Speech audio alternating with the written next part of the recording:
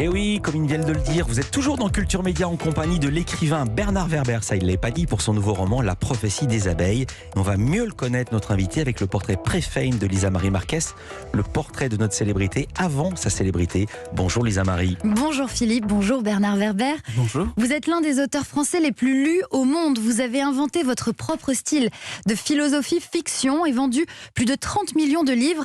Mais comment en êtes-vous arrivé là? On va rembobiner et revenir ensemble sur tout ce qui vous est arrivé avant d'être célèbre. Bernard Werber, vous êtes né à Toulouse, dans la ville rose que je connais bien. La ville rose. La ville rose, c'est là que vous avez grandi. Et vous avez une particularité. Vous gardez des souvenirs de vous, bébé. Vous vous souvenez par exemple de la frustration que vous avez éprouvée quand vous ne pouviez pas encore marcher et que vous étiez totalement dépendant de votre maman. Non, ça sont des souvenirs reconstruits.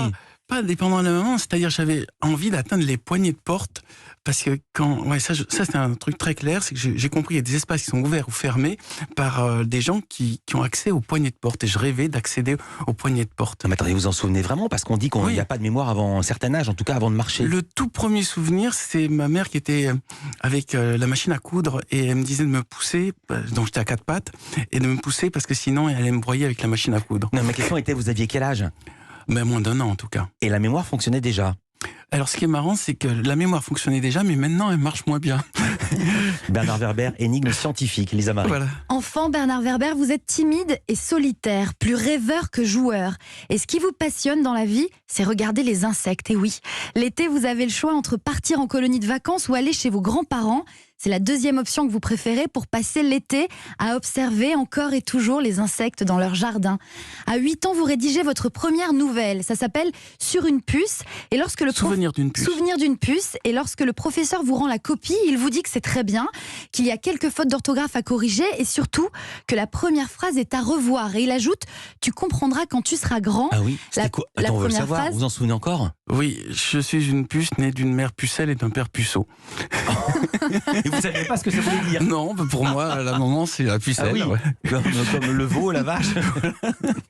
Vous découvrez surtout le plaisir d'écrire. Bernard Werber, à l'âge de 13 ans, vous vivez plusieurs événements difficiles. D'abord, vous perdez votre grand-père, une disparition douloureuse. Ensuite, on vous découvre une maladie, la SPA, spondylarthrite ankylosante.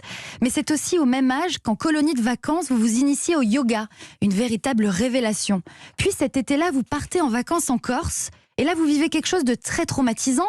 Vous vous retrouvez avec un pistolet sur la tempe parce qu'on vous prend pour la mauvaise personne et vous avez failli vous faire tuer. Non, j'avais jamais entendu ça.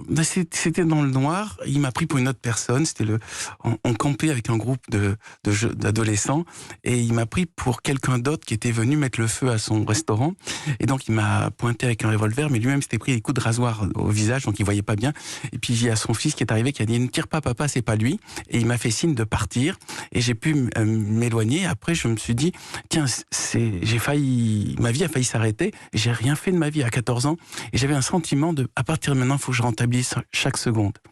Bernard Werber, 14 ans, c'est donc l'âge où vous prenez conscience de la mort de manière assez brutale, mais c'est aussi l'âge où vous découvrez la guitare électrique. Vos révélations musicales sont tout d'abord les Pink Floyd.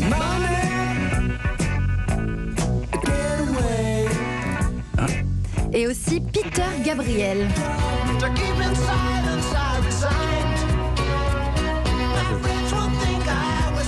D'ailleurs, Peter Gabriel, vous l'avez rencontré des années après à un festival. Il vous a donné des conseils pour votre divorce. Ah oui, c'est vrai.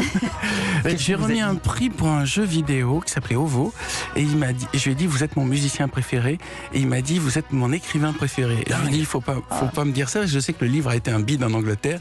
Et il me dit, mais on a un petit groupe à connaître votre livre. Et du coup, on a dîné ensemble et il divorçait et je divorçais.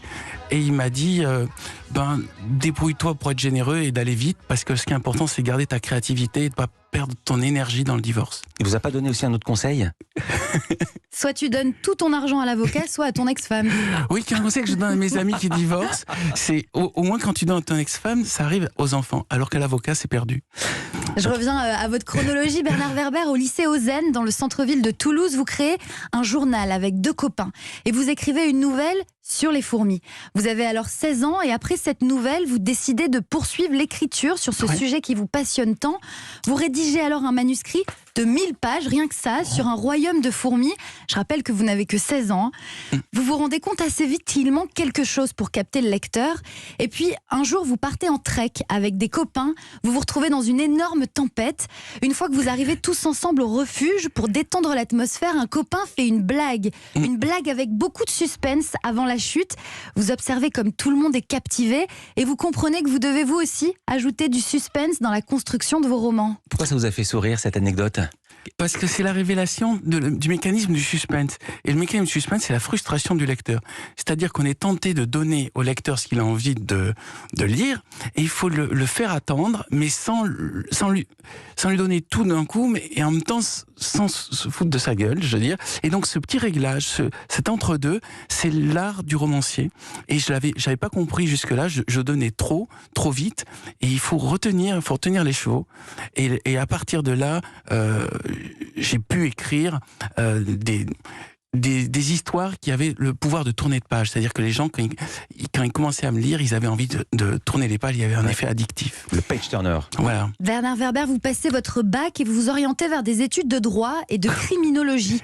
À 20 ans, vous gagnez le concours de la meilleure idée de reportage organisé par le Nouvel Observateur.